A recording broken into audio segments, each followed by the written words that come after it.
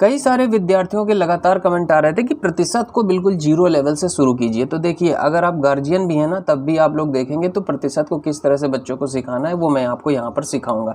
बाकी जो लोग शुरू से मैथ सीखना चाह रहे हैं वो लोग भी ये श्रृंखला को कंटिन्यू देख सकते हैं। इस तरह से देखिए, मार्क्स दिए जाते हैं ऐसे गोला बना करके।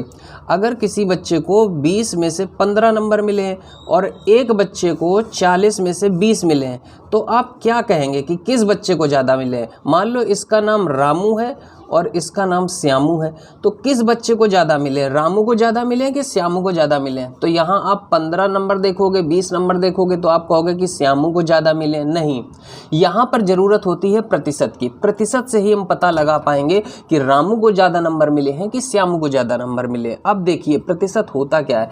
प्रतिशत को अगर हम तोड़ते हैं तो ये समझ में आता है कि प्रति और शत मतलब 100।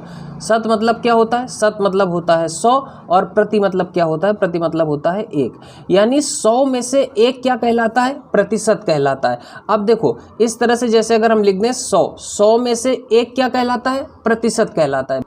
तो इसे हम लिखते कैसे हैं? देखिए, ये जो ऊपर लिखा है 1, तो 1 लिख दिया और इस 100 को नहीं लिखेंगे, अब केवल लिख देंगे प्रतिशत। तो इसका मतलब ही क्या हो गया? इसका मतलब हो गया शत मतलब 100 और प्रति मतलब 1। तो 100 में से 1 क्या कहलाता है? प्रतिशत कहलाता है। बात समझ पा रहे हैं? अब देखिए, जैसे अगर हम लिख दें 100 में से 30, तो आप क्या बोलोगे? तो आप इसे ऐसे बोलोगे कि ये 30 और 100 नहीं लिखोगे, अब क्या लिखोगे? केवल प्रतिशत लिख दोगे, प्रतिशत। तो इसका मतलब क्या हो गया? 100 में से 1 तो प्रतिशत होता है, तो 100 में से 30 लिखा है ना, तो 100 में से 30, इसीलिए इसे हम बोलेंगे 30%। अब देखिए, हर जगह इस प्रतिशत को लिखा नहीं जाता है, इसके लिए एक चिन्ह बना दिया जाता है इस तरह से। एक ऐसे तिरछी लाइन खींचेंगे, एक बिंदी इधर लगाएंगे, एक बिंदी इधर लगाएंगे। अब जैसे किसी बच्चे को मान लीजिए मिले हैं 100 में से 20 नंबर, 100 में से ही मिलने चाहिए, 100 में से 20 मिले, तो इसे हम क्या बोलेंगे? इसे हम बोलेंगे 20%। तो हम प्रतिशत नहीं लिखेंगे, अब हम क्या लिखेंगे इसकी जगह? केवल चिन्ह बना देंगे। तो हम इसे ऐसे लिखेंगे 20 और ये प्रतिशत, ठीक है। अब जैसे अगर मान लीजिए एक बच्चे को मिले हैं 100 में से 60 नंबर, तो इसे हम क्या बोलेंगे? उसे मिले हैं 60%। तो जैसे यहाँ पर आप देखिए कि एक बच्चे को मिले हैं 20 में से 15, एक को मिले हैं 40 में से 20, तो किसको ज़्यादा मिले हैं? रामू को कि श्यामू को? तो इसको हम किस तरह से करते हैं? देखिए, 20 में से 15 मिले हैं ना, तो हमको यहाँ निकालना होता है प्रतिशत। अगर 20 में से 15 मिले हैं तो 100 में से कितने? क्योंकि प्रतिशत कितने से होता है? 100 में से होता है। तो हम ये कहेंगे कि अगर 20 में 15 मिले हैं तो 100 में कितने मिले हैं? तो हम क्या करते हैं? 100 से गुणा कर देते हैं। 100 से बस केवल गुणा कर देंगे। तो क्या करेंगे? देखिए, ये 0 से ये 0 काटेंगे, 2 से काटेंगे, 2 एक कम 2 और 2 का पहाड़ा पड़िए कि 10 आ जाए, तो 5 बार में 10 आ जाता है, 2 पंचे 10। अब 15 का गुणा 5 में करो, कितना आएगा? 75। तो ये कितना आ गया? 75%। और प्रतिशत लिखते नहीं है, केवल ऐसे चिन्ह बना देते हैं। बात समझ में आ गई आप सभी लोगों को? अब देखो, इसको मिले हैं कितने प्रतिशत? 75%। और इसको कितने मिले हैं? इसको देखिए यहाँ पर 40 में से कितने मिले हैं? इसको 20 मिले हैं। तो 100 में कितने? क्योंकि प्रतिशत कितने में होता है? 100 में होता है। हर चीज़ अपने में पूरी 100 होती है।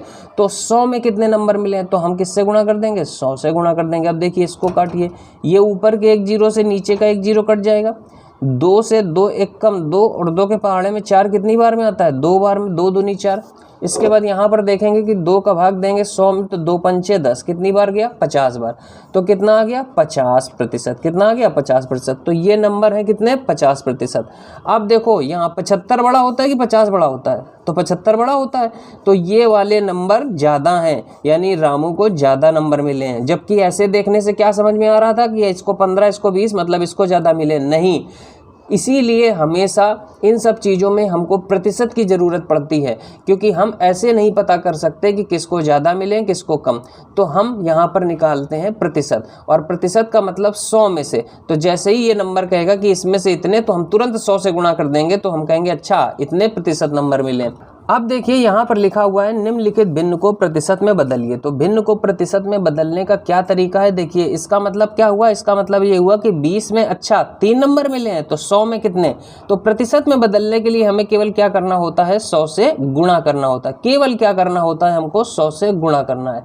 केवल आपको क्या करना है, केवल और केवल 100 से गुणा करना है। 100 से गुणा करते ही आपका ये प्रतिशत में बदल जाएगा। लेकिन पहले आप इसको काट लीजिए। तो देखिए कैसे काटेंगे, ये नीचे के एक जीरो से ऊपर का एक जीरो कटेगा। अब 2 का पहाड़ा पढ़िए कि 10 आ जाए, तो आप कहोगे सर 5 बार में 10 आ जाता है, 2 पंचे 10।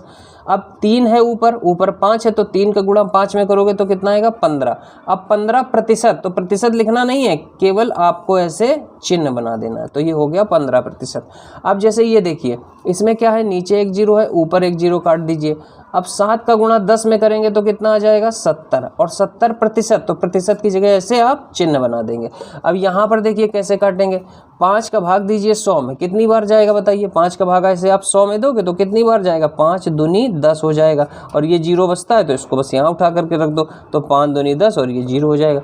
अब 4 का गुणा 20 में करोगे तो कितना आ जाएगा, 80। और 80% मतलब ऐसे चिन्ह बना देंगे। ठीक है, तो इस तरह से हम किसी भी भिन्न को प्रतिशत में बदल सकते हैं। अगली क्लास में हम आपको सिखाएंगे कि किसी प्रतिशत को भिन्न में कैसे बदलते हैं, और ऐसे ही चरणबद्ध तरीके से हम लोग पूरा प्रतिशत सीखेंगे। मिलते हैं अगली क्लास में। बाय बाय, टेक केयर, जय हिंद।